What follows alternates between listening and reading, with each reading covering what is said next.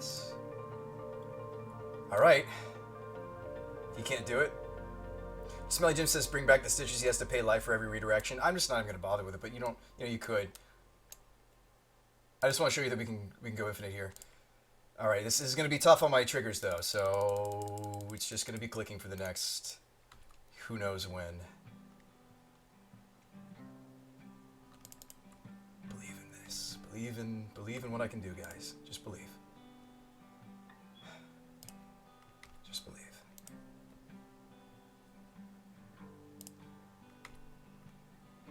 Okay, so we're one shy. Glittering Wish. 6 triggers.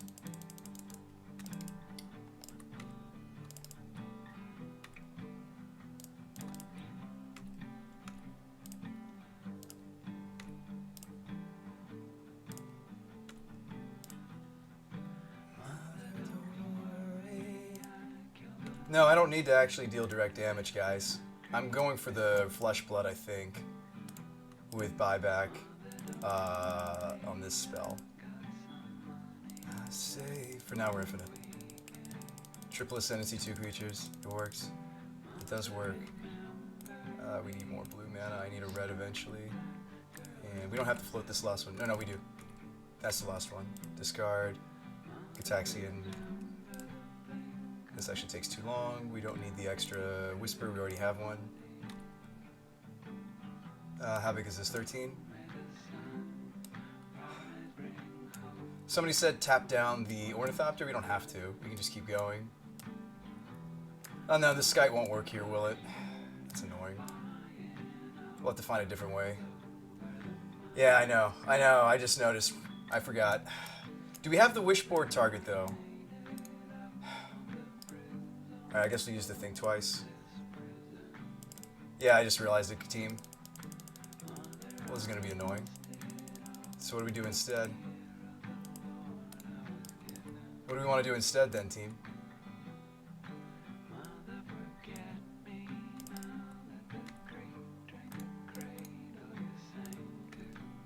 I don't know what I want to do instead, then. I don't think it's the Revival. I mean, I need to keep taking game actions while I think, so it's kind of, it is a little tough on us, because I have to think about it, too. And the Caryatid doesn't do much here. Go for Noxious Blood. You could Blood the Spellskite, then Noxious it back. Well, I just pitched the Noxious. Ah, that's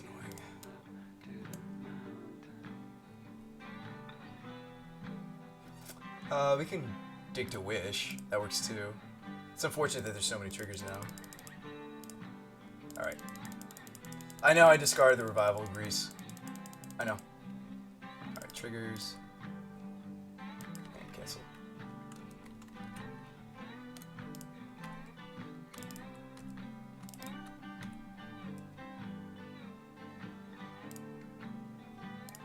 Pitch Caryatid. Still Blood, then Stitcher and Thopter Swing.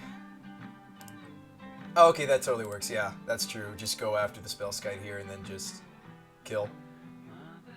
Yeah, I like that plan. I didn't think about it. So just Blood. I mean, we'll make him redirect, but... So this still works, yeah. And then tap the Thopter. I like that line. Good call, good call. Good call. Definitely good call. You guys are fantastic sometimes. I feel like I learn a lot by streaming. Like, you guys definitely can easily see things that I miss. Alright, so there's the Blood. Oh, he just lets it toast him. Okay, sure. We have Stitchers in the yard. We have like a million. We had like 3 Stitchers at that point. We had like 2 in the opener and we drew into a 3rd one. Alright, he could have redirected to make me lose more time, but he was nice about it. Either he didn't want to redirect it or he was nice and let us save some clock, so, you know, I appreciate it. It is appreciated. Okay, so the Affinity matchup's kind of weird, how you sideboard, because Affinity can be built with, like, a Thoughtseize sideboard, they can be built with, like, a Nature's Claim sideboard. The universal way to fight them would just probably be Swan Song. It handles everything except Abrupt Decay. I've seen Abrupt Decay out of Affinity sideboards, so, I mean, they really can go pretty much any sideboard they want. Swan Song, of course, counters Blood Moon, which I've actually seen that out of Affinity sideboards. I feel like Swan Song is just the most flexible sideboard card. I don't really want the ley lines. I kind of want to stay light on her feet, so to speak. So I would definitely consider the Swans. They're going to counter the Thoughtseize. They're going to counter the, like a Gal Blast. They're going to counter any sort of disenchant or naturalize effects. Assume he says he was F6'd. You'd run Nature's Claim, sideboard is most common, definitely put in Swan. Okay, it's the most flexible, I just don't know. There's a lot of different variants of Twin, or, excuse me, Affinity. Cut a Peak, cut a Whisper, cut a Stitch, let's roll. Nature's Claim. Well, we're all our bases are covered with the Swan Song. We're not necessarily sure what he's up to. He keeps a quick 7. I am a little not okay with this hand because we have to draw both of the pieces to the combo. Usually I want to keep a hand that has either the creature or the Ascendancy or some combination of the both. I think we should maybe mull. I mean, the hand's solid though. Like it's got 2 cantrips and we can get a basic island even because we can get white here. We already have red here. Actually, you know what? I'll keep it. It could. These Visions is not a great cantrip, but it could find us the pieces. We're on the draw. I don't think I should necessarily throw it away since we've cut a land in this list too. We used to be 19 land, now we're 18. Looks like keep to you. Yeah, I mean, we do see a lot of cards. All right, Nexus. Uh-oh, Mox. Is this the fast hand you needed last time? Not that bad. All right. Do you hold up Swan Song for Bloodman? No. You just need a Vision. We'll when we need it, we'll use it. So basic Serum. He animates Nexus. And he spell pierces. Sure. Okay. That's a very aggressive spell pierce. I like it though. That's neat. I wasn't expecting it. That's the best kind of spell pierce, the unexpected pierce. Alright, Idyllic Tutor, sweet. We still need to find Caryatid or another creature. Or actually, Idyllic can also find us, I would say, top bottom. And then play this tapped. We're going to need red eventually. This can get basic planes. If we want to just snap off the Idyllic Tutor. Scapeshift shot to 65 out of line. Oh, I need to get back the Scapeshifts we're borrowing. Where's Small Town? We should tell him. I'm borrowing playset Escape Shift from Small Town. It doesn't matter that they went up in my possession. He still gets his cards back. That's how borrowing works. But that's neat. He's going to be really excited when he gets them back for me, the Escape Shifts, because he said he wasn't really playing them, so... He's rich. And he has a kid, so he could use the money. I haven't seen Small Town either. I should, like, message him and be like, hey, bro, you should definitely hit me up for your Escape Shifts, because you just made money. Money.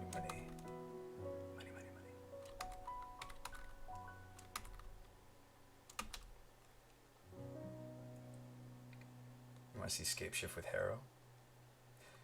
Harrow's an interesting card for sure.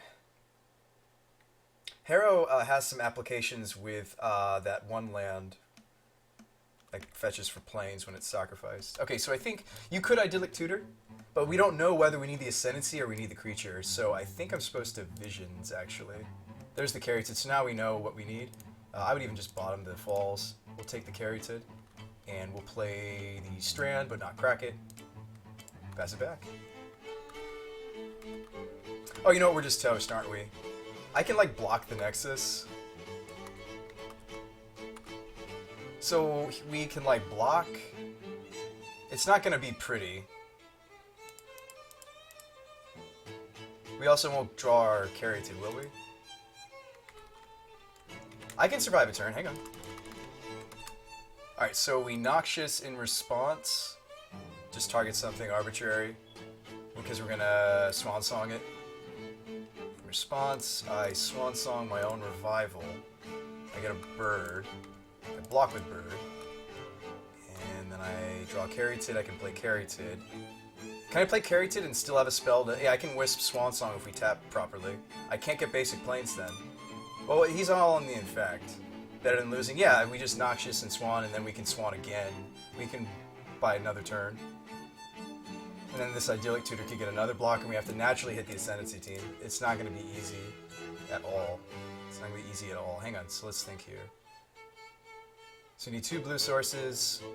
Okay, we know what we need.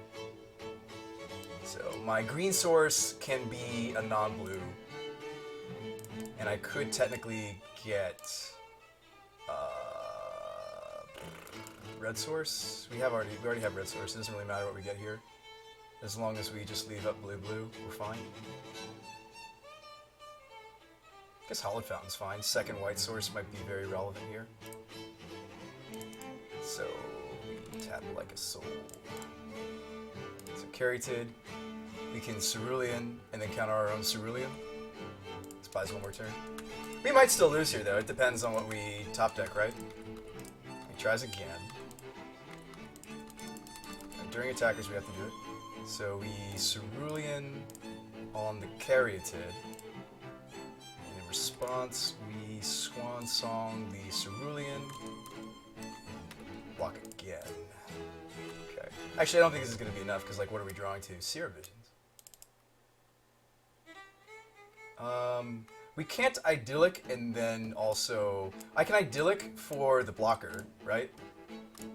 I can, like, Idyllic Tutor for blocker. Just has to be Ascendancy. Well, we get 1 more turn. Like, I can Idyllic Tutor into Zendikon for a block. Can Idyllic Tutor into... And then we can... win Zendikon the Vents? Hang on a second, does this mess him up? What if I turn his Nexus into the Zendikon? Hold up. Any judges in the room? What happens if I wind Zendikon his Nexus? He still can just turn it into the Nexus, right? Doesn't do anything? It would just become a wind Zendikon Nexus, right? It still has the ability to become a 1/1... That's a little confusing, but I think it doesn't do anything. He activates it, makes it a Nexus, makes it a 6/6, still infect. He might not know it, but yes. Well, then we have to go for this line. We assume he knows what he's doing, so we do this line. It has to be Ascendancy off the top. Or a very cheap draw spell into Ascendancy. Mox Opal, sure. Still gains infect. Judge says bad idea. Thank you, Arnold. You are appreciated. Okay, so we block 1 more time. God, we have blocked this Nexus forever. Should also float. No, I didn't float, whatever. Drew Caryatid. Alright, what does this Visions find? Finds a Surgical and it finds a Probe. We can take the Probe. So top, bottom. And then you Slight into Probe, and then what happens? We Probe and lose? I don't think this does anything, but we get the information, which is important. So he's a Gear Peer, Aether Grid, heavy Spell Pierce build. Land drop does nothing. Well, you don't show more information, but he knew about the Steam Vents. Pass it back. Okay. We were close. I can't do that. Ewok Slaughter, it's only as a sorcery. You talking about my Stitcher? I don't have a Stitcher either. I don't think. It's not how Unearth works. We blocked that thing a lot, though. That was impressive. Hey, we got 1 more game against this guy, just because he... So now that we know that his sideboard is Aether Grid and Spell Pierce, do we make any changes, or do we still think that... I think Swan Song is still fine against Pierce. If I, like, am not able to play around the Pierce for any reason, but I have a blue mana up, I think that's still fine. Stitcher was bottom, yes. It was an interesting game, Steinfield. I blocked like 3 times there. Stitcher tapping his dude down would have worked too. Although he had Aether Grid in hand, maybe he could have killed the Stitcher. But yeah, like Stitcher blocking could have been a line. What's funny is, like, Infect is another example. Like, I've played Stitcher Control against Infect. We could maybe do it to this guy, but it's not likely. I think we're boarded fine. I mean, maybe because of that out, that we see that out now, maybe you want the 4th Stitcher? Because we can ramp just fine and just, like, play a Stitcher and tap his dudes. It's not crazy. Would have left up Swan Song from the beginning, says Kagan. I've inspired you to build this. Usually have a mixture of Pierce and Moon, says Jed. Okay, well then, we have to keep all the Swans. Let's do it. Yeah. This hand's awesome. Keep.